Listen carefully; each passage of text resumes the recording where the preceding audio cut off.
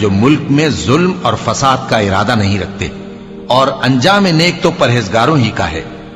جو شخص نیکی لے کر آئے گا اس کے لیے اس سے بہتر صلہ ہوگا، اور جو برائی لائے گا تو جن لوگوں نے برے کام کیے ان کو بدلہ بھی اسی طرح کا ملے گا جس طرح کے وہ کام کرتے تھے۔ اے پیغمبر، جس اللہ نے تم پر قرآن کے احکام کو فرض کیا ہے وہ تمہیں پہلی جگہ لوٹا دے گا۔ کہہ دو کہ میرا پروردگار اس شخص کو بھی خوب جانتا ہے جو ہدایت لے کر آیا، اور اس کو بھی جو کھلی گمراہی میں ہے۔ اور اے نبی،